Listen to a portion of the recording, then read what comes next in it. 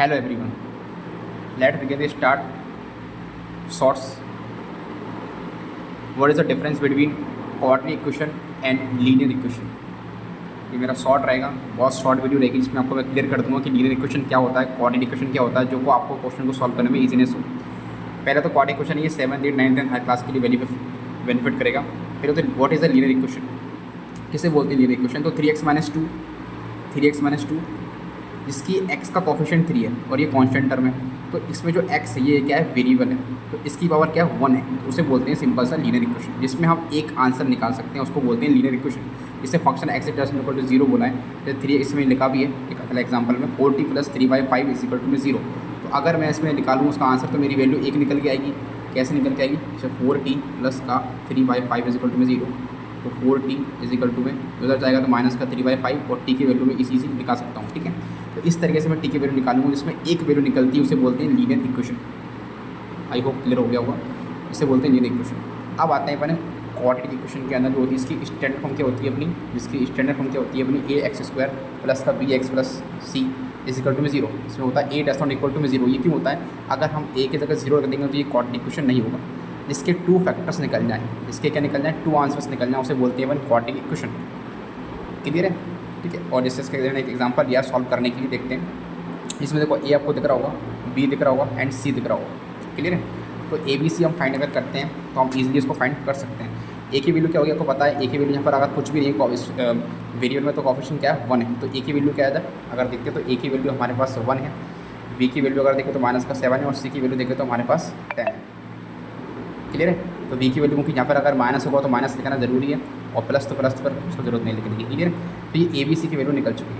अब इसको अगर हमें सॉल्व करना है, ईजी तरीके से सॉल्व करना है, जिस तरह से हम सॉल्व कर सकते हैं, उसका ईजी मेथड क्या होगा वो अपन देख लेते हैं। तो आप देख सकते हैं कि जो 10 लिखा हुआ है 10, इसको इसके क्या क्या निकालने हैं हमको, फैक्टर निकालने हैं। क्या निकालने हैं? फैक्टर निकालने हैं। तो 10 के फैक्टर निकालेंगे, 5 का जो 10 होता है सबको पता है, ईजी है। तो स्टार्टिंग करो प्राइम नंबर से, सबसे smallest prime number, even prime number, यहाँ से स्टार्ट करोगे ना तो जल्दी आंसर आएगा। स्मॉलेस्ट इवन प्राइम नंबर क्या होता है अपना, सबसे स्मॉलेस्ट इवन प्राइम नंबर होता है अपना क्या, 2। तो 2 × 5 लेंगे तो आपका स्टार्टिंग में बन जाएगा। ठीक है, ऐसे बहुत सारे मैं क्वेश्चन सॉल्व कराऊंगा, अगर आप बोलोगे तो बाकायदा बहुत सारे क्वेश्चन सॉल्व करेंगे। अभी तो स्टार्टिंग करते हैं, तो इसको ईजी तरीके सॉल्व करते हैं। इधर देखते हैं, तो x² - का 7x + का 10 था = 0 है, तो x² यही रहेगा, माइनस का माइनस ये रहा 5 + 2। इसको तोड़ना है। ठीक है, इसको कैसे करना है, माइनस करने में भी आ जाए 7 ही, प्लस करने पर जाए, वो जो दोनों आए वो लिख सकते हैं। अभी तो पहला क्वेश्चन प्लस वाला करते हैं, फिर माइनस वाले बहुत सारे अपन करेंगे। प्लस का 10, ये x का x यहाँ पर लगाना है, प्लस का 10 = 0। ये x², ये माइनस का मल्टीप्लाई यहाँ से करना है और यहाँ से x का मल्टीप्लाई करना है, दोनों का मल्टीप्लाई करना है। ये 5x हो जाएगा और माइनस का 2x प्लस का 10 हो जाएगा, = 0। इसके बाद x = x - का 5, और ये माइनस यहाँ से कॉमन लेंगे 2 हो जाएगा, ये हो जाएगा x - का 5। दोबारा देखते हैं, x मैंने कॉमन लिया और x यहाँ बच गया -5, माइनस यहाँ से माइनस कॉमन लेना है। ठीक है, माइनस कॉमन लेंगे तो ये माइनस का 2 और माइनस प्लस माइनस, यहाँ पर अगर यहाँ पर पॉजिटिव साइन आ जाता तो ये दोनों सेम नहीं होंगे, तो उसका मतलब आपने गलत माइनस प्लस किया और गलत आपने किया है।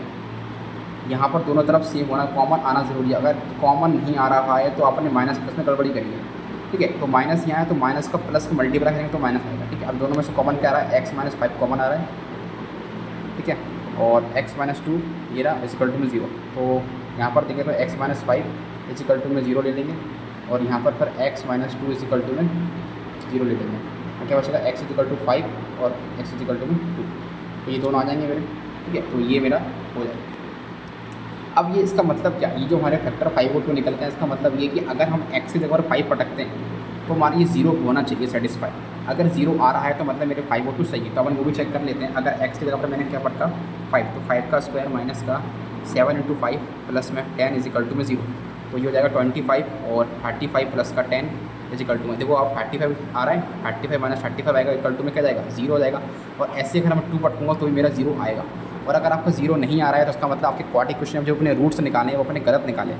ये चेक करने का सबसे इजी मेथड होता है क्वाड्रेटिक इक्वेशन का। ये सबसे इजी मेथड लीनियर, मैंने आपको बता दिया कि difference between the what is the difference between linear equation quadratic equation, ये इजी। अगर आपको और वीडियोस देखनी है तो do like and subscribe, and बहुत सारे शॉर्ट्स डालूंगा ऐसे, जिससे तो बहुत सारे क्वेश्चन करेंगे। ठीक है, फिर बेटा।